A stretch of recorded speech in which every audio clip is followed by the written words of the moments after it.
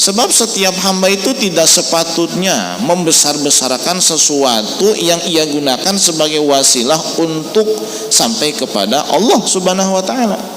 Kita sebagai hamba tujuannya kan satu, Allah Subhanahu wa taala. Ya, ilahi anta maksudi.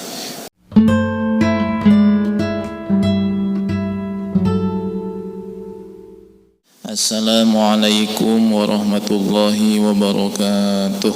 Waalaikumsalam warahmatullahi wabarakatuh. Alhamdulillahi rabbil alamin. Wassalatu wassalamu ala asyrafil anbiya'i wal mursalin Sayyidina wa maulana Muhammadin wa ala alihi wa sahbihi ajma'in. Nawaitu ta'alluma wa ta'lim wa tadhakkura wa tadhkir wa naf'a wal intifa' wal ifadata wal istifadah wal hasanata masuki bi kitabillah wa sunnati rasulillahi sallallahu alaihi wasallam wa du'a ilal huda wa dalalata 'alal khair ibtigha'a wajhillah wa mardatihi wa qurbihi wa sawabihi subhanahu wa ta'ala wa manawa bihi masyayikhuna wa ma'alim Allah subhanahu wa ta'ala min sulihin niyat. Sallallahu subhanahu wa ta'ala ayyaj'alana wa iyyakum minal ulama'il amilin al-faizina bi'ilmil yakin wa ainil yakin wa haqqil yakin ma'al lutfi wal afiyah. Allahumma inna nas'aluka ilman nafi'an wa rizqan wasi'an halalan katsiran thayyiban mubarakan wa amalan mutaqabbalan wa waladan sholihan wa umran tawilan wa badanan sahihan wa jaran sholihan wa qalban saliman wa shifaan min kulli da'in wa saqamin bi rahmatika ya arhamar rahimin. Allahumma inna nas'aluka ilman laduni wal masraba syafil hani ya wahhab ya ghani. Allahumma inna na'udzubika min ilmin la yanfa' wa min qalbin la wa min nafsin la tashba wa min ainin la tadma wa min da'watin la yustajabu laha. Subhanaka la ilma lana illa ma 'allamtana innaka antal alimul hakim wa tub 'alaina innaka antat tawwabur rahim. Allahumma rzuqna fahman nabiyyin wa hifdzal mursalin wa sur'ata ilhamil muqarrabin. Shalli wa sallim ala sayyidina Muhammadin wa ala jami'il anbiya'i wal mursalin walhamdulillahi rabbil alamin. Ila hadratin Nabil Mustafa Sayyidina Muhammadin Rasulillah sallallahu alaihi wasallam, khususun ila hadrati Syekh Ibrahim Al-Laqani wa Syekh Ibrahim Al-Baijuri, summa ila hadrati Habib Hasan Al-Qam Habib Zain bin Sumit, ila hadrati Syekhi wa murabbi ruhi Al-Habib Umar bin Muhammad bin Salim bin Habib bin Syekh Habib Bakar bin Salim, jami masyayikhina wa masyayikhihim ila hadrati Abi Mu'min ghafarallahu lahum wa adalina min barakatihim wa antara alaina ghaisa karamatihim syai'ulillahi lahumul fatihah.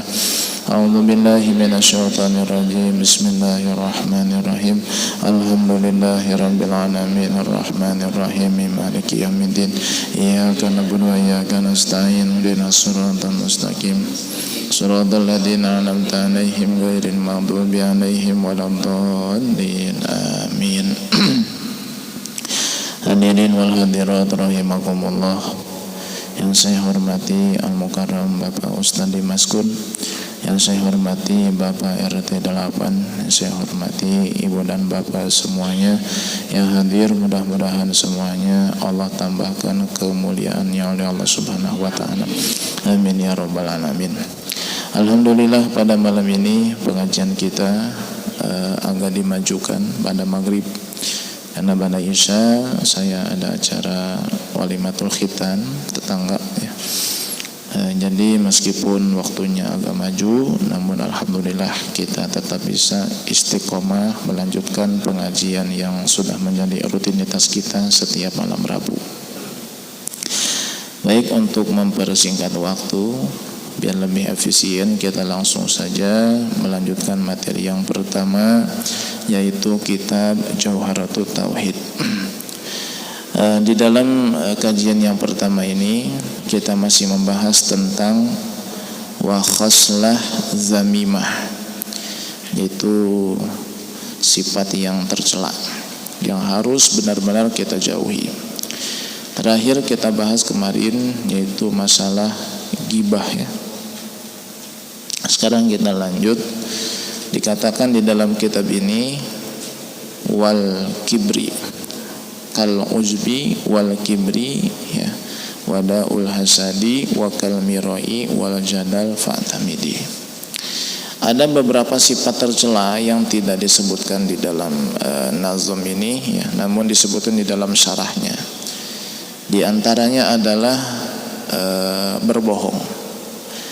Berbohong ini termasuk sifat tercela ya, yang harus dan wajib dijauhi, yang harus dan wajib ditinggalkan. Jika berbohong ini tanpa ada maslahat syar'iyah, tidak ada kebaikan yang bersifat agama. Kalau ada alasan berbohong itu adalah demi kemaslahatan syar'iyah, maka hukum berbohong ini bisa menjadi boleh ya. Dikatakan oleh para ulama sebagai contohnya adalah seperti berbohong kepada istri, tatiban linafsiha, untuk menghibur istri, menyenangkan hati istri. Ini boleh ya. Seperti misalnya suami berkata, kamu adalah wanita tercantik di dunia. Ini kan bohong. Bohong kan? Bohong. Tapi boleh. Boleh. Hatiku hanya untuk kamu semata. Ini kan bohong. Bohong kan? Bohong. Karena kita ada cinta buat anak, cinta orang tua. Tapi itu nggak apa-apa. Tatiban linafsiha, untuk menghibur, menyenangkan, membahagiakan hati istri ya. Jadi ibu kalau dipuji sama suami jangan GR dulu ya. Itu bohong itu ya. Bohong, tapi boleh ya, boleh. Dan perempuan memang senang dibegitukan ya. Meskipun dia tahu itu adalah satu kebohongan, tapi senang ya, senang. Benar Bu? Benar enggak? Betul ya. Itu boleh karena ada maslahah syar'iyah, ada kemaslahatan yang bersifat agama.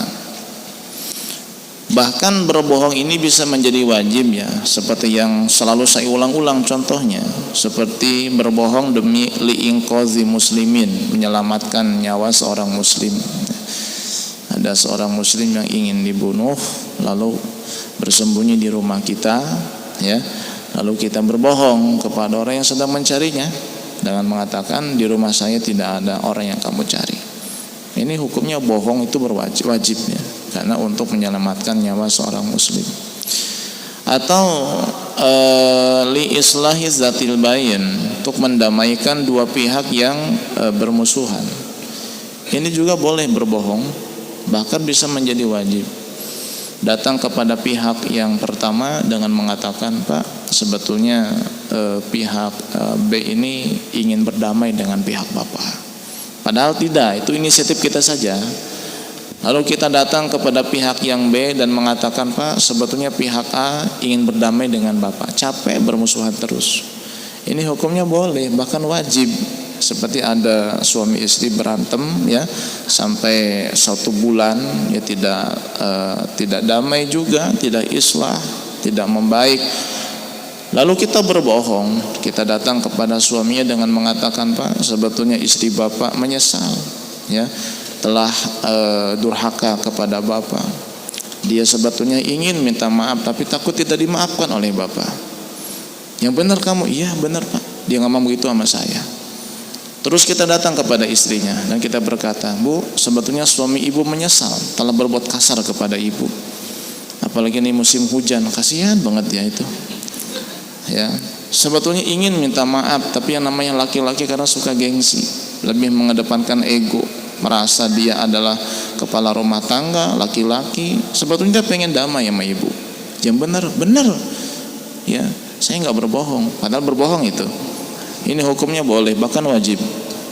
Kenapa? Li islahi zatil bain, untuk mendamaikan dua pihak yang bermusuhan.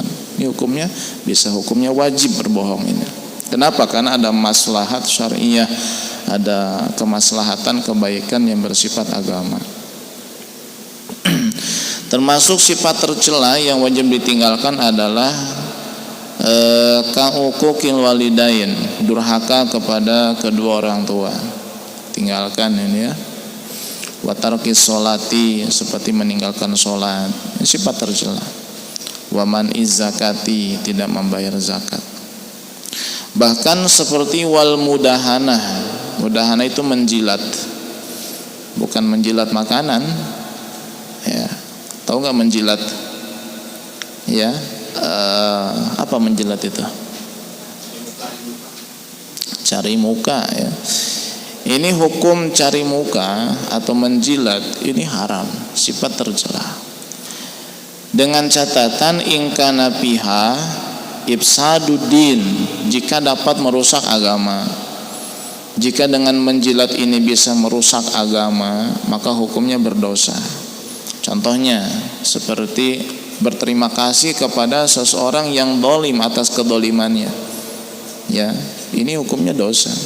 Atau berterima kasih, bersyukur kepada orang jahat atas kejahatannya, ini hukumnya dosa, ya, penjilat begitu, haram. Akan tetapi mudahanah atau menjilat ini bisa menjadi wajib ya. Kama iza tawaqqafa 'alaiha daf'u muharramin ya. Seperti dengan cara menjilat atau mudahanah ini sesuatu yang haram bisa terhindari, sesuatu yang berbahaya bisa tertolak ya. Misalnya ada seorang yang zalim ya, atau ada penguasa yang zalim, misalnya ada penguasa yang zalim dan dia hanya zalim kepada misalnya ya umat Islam misalnya begitu. Lalu ada salah seorang tokoh Islam yang sengaja mendekati penguasa ini, ya, dia menjilat, cari muka. Tujuannya apa? Biar umat Islam tidak didolimi sama dia, biar umat Islam dengan bebas melaksanakan syariatnya, mengadakan pengajian, mengadakan tabligh akbar, mengumandangkan azan 5 waktu dalam 1 hari 1 malam. Ini karena adanya salah seorang muslim ulama yang menjadi penjilat di depan penguasa yang dolim. Tujuannya apa? Biar umat Islam tidak didolimi terus sama dia. Ini hukumnya bisa menjadi wajib ini ya. Sengaja dideketin nama dia tuh penguasa ya, diambil hatinya, kemudian ambil simpatinya begitu. Ketika sang penguasa zalim sudah menaruh simpati kepada tokoh tersebut, ya, suka, senang, maka umat Islam yang tadinya selalu ditindas, dianiaya, kebijakan selama umat Islam ini menjadi tidak berlaku lagi. Dibebaskan mengadakan pengajian, tabligh akbar, mengumandangkan adzan. Ini hukumnya malah wajib menjilat itu, ya. Ada nggak bahasa yang lebih sopan daripada menjilat? Cari muka lah ya, cari muka. Dan ini pernah dilakukan ya oleh salah seorang utusan Nabi Isa yang bernama Sam'un. Di dalam surat Yasin Allah Subhanahu wa taala berfirman, "Wadrib lahum mathalan ashabal qaryah idza'ahal mursalun id arsalna ilaihimus naini fakadzabuhuma fa'azzazna bisalisin." Terus gimana? Fa'azzazna bisalisin gimana? Id arsalna ilaihimus naini fakadzabuhuma fa'azzazna bisalisin faqalu inna ilaikum mursalun ya. Karena kalau suka diambil potongannya suka nggak nyambung ini. Fa'azzazna bisalisin faqalu inna ilaikum mursalun. Jadi singkat ceritanya aja lah ya. Nabi Isa mengutus 2 orang utusan untuk berdakwah ke negeri Antioquia, salah satu negeri di Turki ya, negeri Antioquia. Nah, 2 utusan Nabi Isa ini terlalu tergesa-gesa. Ya, masyarakat yang tidak mengenal Allah, yang asing dengan Islam, yang menyembah berhala, itu kok tiba-tiba langsung diajak menyembah kepada Allah, langsung diajak untuk memeluk agama Islam. Otomatis mereka menolak, dan konsekuensinya 2 utusan Nabi Isa ini dipenjara. dijebloskan ke dalam sel, ke dalam tahanan. Maka Nabi Isa alaihissalam mengutus ya satu orang lagi untuk mencari keberadaan dua utusan tersebut dan untuk membantu dua utusan yang pertama di dalam berdakwah, mengajak masyarakat Antiokhia untuk beriman kepada Allah. Nah, yang ketiga inilah yang dikatakan dalam Quran fa'azzazna bi tsalitsin. Lalu kami kukuhkan dua utusan itu dengan utusan yang ketiga, namanya Sam'un ya. Sam'un ini nama seorang nabi ya, ada yang mengatakan utusan Nabi Isa. Nah, Sam'un ini datang kepada masyarakat Antiokhia, tidak langsung berdakwah. Ia dekati dulu penguasanya. Ya, ia dekati dulu rajanya. Ia dekati ya, ia ambil hatinya, ambil simpatinya, begitu. Sampai-sampai Sam'un ini ya ikut bersama dengan raja ketika raja dan rakyat itu melakukan peribadatan kepada selain Allah. Namun Sam'un tidak menyembah kepada Tuhan yang mereka sembah, tidak bersujud kepada patung, tapi hanya ikut upacara saja begitu. Ya. Mencari perhatian dan simpati dari sang raja itu. Dengan kecerdasan dan kebijaksanaannya, maka Sam'un ini berhasil mengambil hati raja. Ini mudahanah namanya. Ya, setelah raja percaya betul dengan Sam'un, lalu Sam'un bertanya kepada raja tentang dua laki-laki asing yang dipenjara itu. Kata sang raja, ada dua laki-laki yang datang ke negeri kami, mereka menyuruh kami untuk beribadah kepada Allah, lalu kami menolaknya dan kami jebloskan dia ke dalam sel, ke dalam tahanan. Kata Sam'un, boleh tidak saya bertemu dengan dua laki-laki asing itu? Kata raja, silakan. Maka datanglah Sam'un bertemu dengan dua temannya itu ya. Setelah bertemu kemudian mengobrol, kata Sam'un, kalian berdua terlalu terburu-buru dalam urusan berdakwah. Kalian ini seperti seorang perempuan tua yang menanti kedatangan buah hati. Lalu di usia tuanya ia mendapatkan anak. Karena sudah tua, baru dapat bayi, kepengen anaknya cepat gede, dikasih makan roti, dikasih makan anggur, dikasih makan martabak ya, dikasih minum air putih. Bukannya bayi ini cepat gede, malah mati. Kalian itu sama kayak begitu. Ini masyarakat sini belum kenal dengan Islam, belum tahu dengan Allah. Ya jangan langsung diajak berdakwah menyembah kepada Allah, dekati dulu mereka, adakan pendekatan dulu. Ya, gimana bahasa Inggrisnya dari hati ke hati? Heart to heart ya. Heart to heart ya. Ya, dari hati ke hati, pendekatan dulu, baru nanti ajak mereka berdakwah kepada Allah Subhanahu wa taala. Ya, akhirnya ya Sam'un belum mampu membebaskan mereka berdua, kan harus menempuh jalur dulu ya. Akhirnya kata Sam'un, wahai raja, kenapa dua utusan ini atau dua laki-laki asing ini jebol ke penjara? Kata raja, karena mereka mengajak beribadah kepada Allah Subhanahu wa taala. Kata Sam'un, kenapa tidak dibuktikan saja kebenaran mereka? Kalau memang mereka mengajak kepada Tuhan yang benar, yang hak, otomatis mereka punya bukti dong.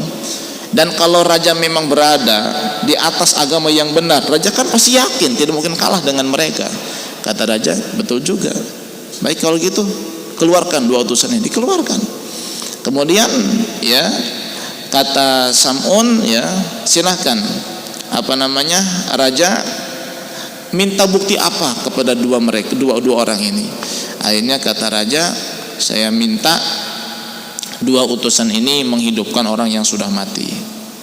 Akhirnya dua utusan ini menghidupkan seseorang yang sudah mati. Dengan izin Allah, dua utusan ini berhasil menghidupkan orang yang sudah mati. Itu bentuk karomah ya, bentuk karomah yang Allah berikan kepada dua utusan Nabi Isa alaihi salam ini. Tidak cukup itu, mereka diminta juga menyembuhkan orang yang buta. Sam'un secara sembunyi-sembunyi membantu dua orang ini di dalam hatinya munajat kepada Allah agar Allah mengabulkan doa mereka. Dan apa yang terjadi? Ternyata setelah raja melihat bukti tentang kebenaran dua orang ini, akhirnya raja ini beriman kepada Allah Subhanahu wa taala dan mengajak sebagian masyarakat yang beriman. Ada yang mengatakan raja tidak beriman secara terang-terangan tapi menyembunyikan keimanannya. Nah, yang jadi topik atau jadi inti di dalam cerita ini adalah mudahanahnya itu, cari mukanya itu. Demi apa? Demi kebaikan. Bukan pribadi tapi demi menolak kemungkaran. Seperti yang saya contohkan tadi, misalnya ada seorang pemimpin, pejabat zalim di suatu daerah, kebijakannya selalu merugikan umat Islam. Lalu ada seorang muslim, ulama atau bukan, mendekati pejabat ini, penguasa ini, didekati, ya, dimuliakan, diagungkan, dipuja, dipuji, segala macam. Pokoknya dijilat, ya, benar-benar dijilat begitu, ya. Nanti mencari muka benar-benar. Setelah dapat hatinya, setelah dapat simpatinya, ayah kan ngasih masukan. Tolonglah jangan memberatkan umat Islam.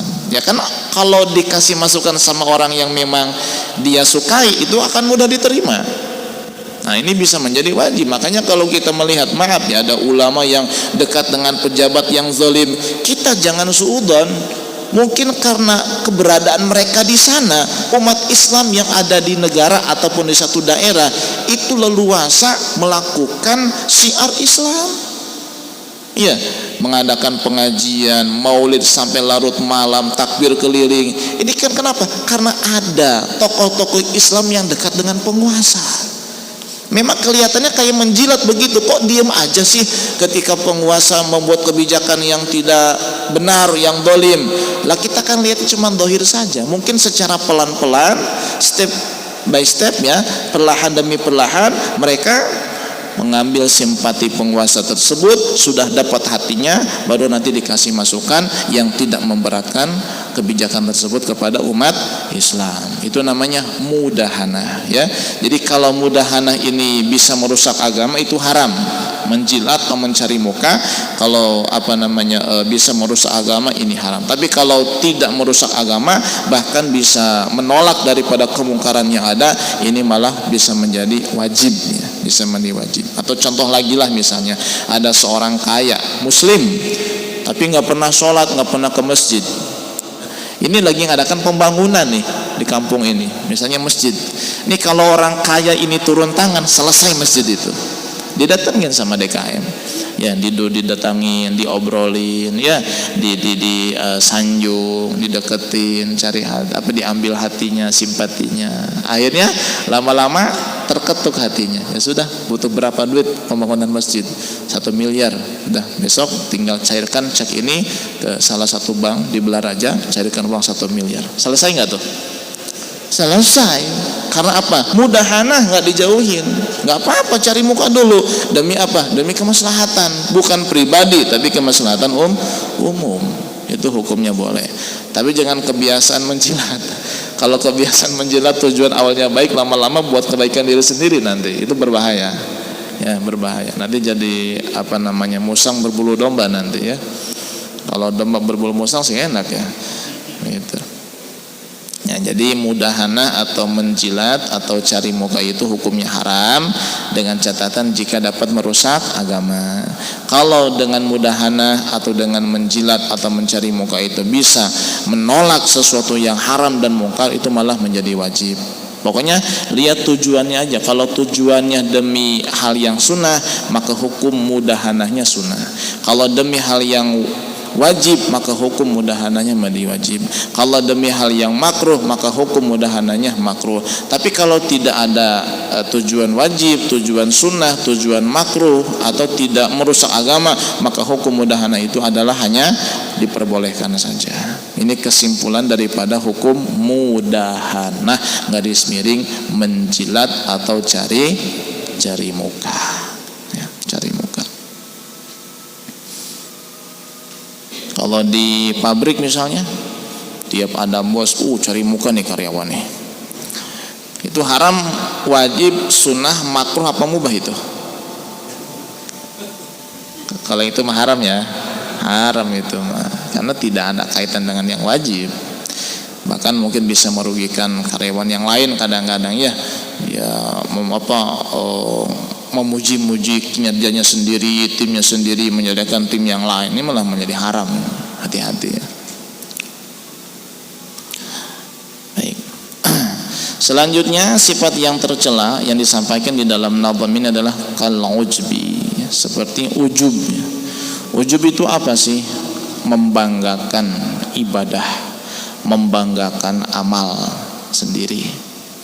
Seperti ahli ibadah tuh membanggakan ibadahnya, ahli ilmu membanggakan ilmunya. Ya, boleh. Ibadah itu kan sarana demi mencapai ridha Allah. Ilmu juga kan sarana demi mencapai ridha Allah. Jadi tujuannya sama Allah. Ilmu itu sarana, ibadah itu sarana. Kalau sampai kita mengagungkan sarana, lupa terhadap tujuan, jadi tujuan ini dianggap kecil, sarannya dianggap besar, ini hukumnya nggak boleh, haram. Dan itulah ujub. Seseorang berilmu, beribadah, kan tujuannya satu, Allah Subhanahu wa Ta'ala. Kenapa sampai dia melupakan kebesaran Allah lalu mengagungkan sarana tersebut? Ini tidak boleh. Dan hukum ujub ini haram, tapi tidak merusak ibadah. Maksudnya apa? Ibadah yang dilaksanakan tetap sah, hanya pahalanya hilang, itu saja. Sebagaimana dengan ria. Ria ini haram. Ria, pamer gitu ya, beramal bukan karena Allah, ini hukumnya haram, tapi tidak merusak ketaatan dan ibadah. Maksudnya amal yang dilakukan karena ria ini tetap sah, tapi pahalanya hilang. Jadi tolong bedakan antara sah dan tidaknya amal yang dilakukan dengan ada tidaknya pahala, ini hal yang tidak sama. Seseorang yang sholat misalnya, lalu dia membanggakan sholatnya, dia lupa bahwa dia itu sholat bisa karena Allah. Dia itu menggerakkan tangan, kaki, lutut, itu Allah yang menggerakkan itu. Lalu dia membanggakan sholatnya sendiri, ya dengan alasan sholat ya saya yang sholat, ya, melupakan bahwa itu adalah karunia dari Allah Subhanahu wa Ta'ala, melupakan tujuan yang utama yaitu Allah Subhanahu wa Ta'ala. Maka hukum sholatnya tetap sah, tapi tidak mendapat pahalanya gugur. Atau misal seseorang sedekah, ya, tapi ria begitu, ingin dipuja, disanjung, dipuji sama orang, bukan karena Allah, ya, ingin mendapat popularitas, ingin dipilih, ya, ingin dipilih karena dia menjabat sebagai salah seorang kandidat daripada pejabat, begitu ya, calon-calon pejabat, maka hukum sedekahnya tetap sah, tapi pahalanya hilang, tidak ada. Pahalanya hilang, tidak ada. Kenapa ujub itu diharamkan? Membanggakan amal, ya, amal sendiri itu diharamkan. Alasannya ya adalah li'annahu su'u adabin ma'allah. Karena itu adalah satu perihal, ya, perilaku yang tidak sopan, yang tidak beradab kepada Allah Subhanahu wa Ta'ala. Kenapa orang yang ujub dengan ilmunya, dengan amalnya, dengan sedekahnya, dengan anaknya itu dikatakan dia telah berbuat dosa, dan telah dikatakan bahwa dia telah su'ul adab, ya, telah berbuat tidak sopan terhadap Allah Subhanahu wa Ta'ala. Idla yang bagi lil abdi ayyasta'dima ma yutaqarrabu bihi li sayyidihi. Sebab setiap hamba itu tidak sepatutnya membesar-besarkan sesuatu yang ia gunakan sebagai wasilah untuk sampai kepada Allah Subhanahu wa Ta'ala. Kita sebagai hamba tujuannya kan satu, Allah Subhanahu wa Ta'ala, ya, ilahi anta maksudi, wahai Tuhanku engkau adalah tujuanku, waridoka matlubi, dan ridomu adalah hal yang aku cari. Jadi tujuan kita adalah Allah Subhanahu wa Ta'ala. Nah, kita ingin sampai kepada Allah kan dengan wasilah seperti ibadah, ya, ilmu dan lain sebagainya. Lalu kita membanggakan dan membesarkan wasilah itu. Ini kan kurang ajar kepada Allah Subhanahu wa Ta'ala. Tujuan kita kan Allah, bukan ibadah. Bukan ibadah tujuan Allah Subhanahu wa Ta'ala. Tujuan kita bukan ngaji, tapi Allah Subhanahu wa Ta'ala. Ngaji itu sarana untuk mendapat ridha Allah, untuk mendapatkan kedekatan dengan Allah. Kita membesar-besarkan sarana tersebut, menganggap agung sarana tersebut, tapi tidak mengagungkan Allah Subhanahu wa Ta'ala. Ini kan namanya su'ul adab, perilaku yang tidak sopan dengan Allah Subhanahu wa Ta'ala. Ya, sebagaimana Allah Subhanahu wa Ta'ala berfirman, "Wa ma qadarullaha haqqa qadrihi." Aima azzamuhu haqqa azamati. Tidaklah mereka itu mengagungkan Allah dengan sebenar-benarnya. Lalu apa motivasi, apa yang bisa mendorong kita untuk meninggalkan ujub? Karena yang namanya ujub ini kadang-kadang ya ada dalam setiap hati manusia. Siapa sih yang nggak bangga bangun jam 3:30, kemudian sholat tahajud, witir, baca Quran, wirid, dzikir sampai subuh, lalu qobliyah subuh, kemudian berdoa, subuhnya berjamaah, lanjut zikir sampai jam 6 pagi, sholat isyraq nyambung dengan sholat duha. Siapa sih yang nggak bangga melakukan hal itu? Kan bangga kan? Kenapa kita bisa beribadah kepada Allah dalam kondisi orang yang di tengah-tengah orang yang lalai kepada Allah Subhanahu wa taala? Tapi itu nggak boleh. Ya seperti kita ngaji misalnya. Kita kan ya namanya manusia, bangga ya kita bisa ngaji ini. Kenapa? Karena banyak orang yang di zaman ini tidak mau mengaji, padahal mereka jauh daripada pengetahuan ilmu agama. Namun ternyata nggak boleh kita membanggakan ilmu, membanggakan amal ini. Lalu apa motivasinya biar kita tidak ujub gitu? Motivasinya begini, dorongannya ya, hal yang dapat membantu kita untuk tidak berbuat ujub ya. Sebagaimana ya Nabi SAW telah menyampaikan kepada kita bahwa yang namanya ujub ini yubtilu sawabah, bisa membatalkan pahala ibadah. Jadi kita nih rugi nanti kalau kita membanggakan amal kita, membanggakan ibadah, taat dan ilmu, rugi. Kenapa rugi? Tidak mendapat pahala. Tidak mendapat pahala, hanya capek ya, kita menahan rasa ngantuk ya, melawan rasa capek ya. Ini kan pada capek, pulang kerja kan capek, enaknya kan di rumah tidur ya, sambil nonton TV ya, TV-nya TV Android begitu kan, sambil buka YouTube begitu kan, nonton atau buka apa aplikasi, bukan TikTok, yang buat nonton itu apa itu, pura-pura nggak tahu aja nih, takut ketahuan ya. Yang berlangganan tiap bulan itu ya itu iya, nanti Insya Allah enakan itu nonton drama Korea ya, nonton drama Jepang, Hollywood, Bollywood, semrawut ya, enakan itu kan daripada ngaji ngantuk, lemes, capek, jenuh kan begitu.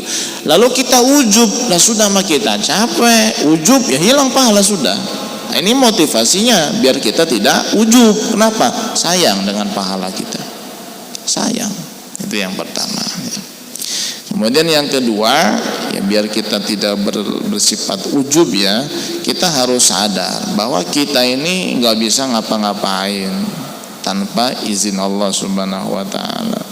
Jadi hakikatnya apa yang kita kerjakan, ibadah, amal segala macam ini karunia dari Allah. Karunia dari Allah. Hidup kita dapat ngasih Allah, napas kita dapat ngasih Allah, gerak tangan kaki kita dapat ngasih Allah, duduk kita pun di sini dapat ngasih Allah, dapat nyiptakan Allah Subhanahu wa taala. Lalu apa yang kita banggakan kalau kita nggak punya apa-apa? Bagaikan seorang tukang parkir, motor ribuan di hadapan dia itu, tapi nggak pernah bangga. Kenapa? Bukan punya dia. Ya, jadi ingat tuh filosofi tukang parkir ya, sebagaimana yang sering digaungkan oleh almarhum Ki Haji Zaidun MZ ya. Tukang parkir itu nggak pernah bangga dengan banyaknya kendaraan yang ada di hadapannya, mobil, motor, ada Lamborghini ya, ada Ferrari. Kalau di parkiran apartemen tuh atau di mall ada Alphard, nggak pernah sombong, nggak pernah bangga tukang parkir. Mobil gua banyak nih, nggak pernah bangga. Kenapa? Bukan punya saya, titipan orang. Nah kalau kita bisa seperti tukang parkir itu, ketika kita punya harta, kita punya amal, jangan diakui itu punya kita ya, ini punya Allah, dititipin sama saya. Apa yang saya banggakan? Hidup ini punya Allah, dititipkan kepada saya. Ruh ini punya Allah, dititipkan kepada saya. Istri ini punya Istri kita punya Allah, manusia dititipkan kepada kita. Anak pun, anak kita Allah yang menciptakan, dititipkan kepada kita. Harta kita punya Allah, amal ibadah kita pun punya Allah, Allah titipkan kepada kita. Ngapain dibanggakan? Jelas nggak? Nah ini ambil tuh ilmunya tukang parkir itu. Cuman yang di masalah tukang parkir nggak sholat ini. Tapi kita ambil ya sisi baiknya gitu kan. Ya kita nggak mukuratal, ada yang sholat juga, tapi ada sebagian yang nggak sholat gitu. Tukang parkir masjid kadang-kadangnya Jumatan dia mah nggak sholat, jagain motor orang. Ya kita ambil ininya lah, hikmah kebaikannya apa? Tidak merasa memiliki, maka dia tidak bangga. Nah ini motivasi yang kedua, biar kita tidak ujub, ya, tidak ujub. Wal kibri wallahu alam bissawab.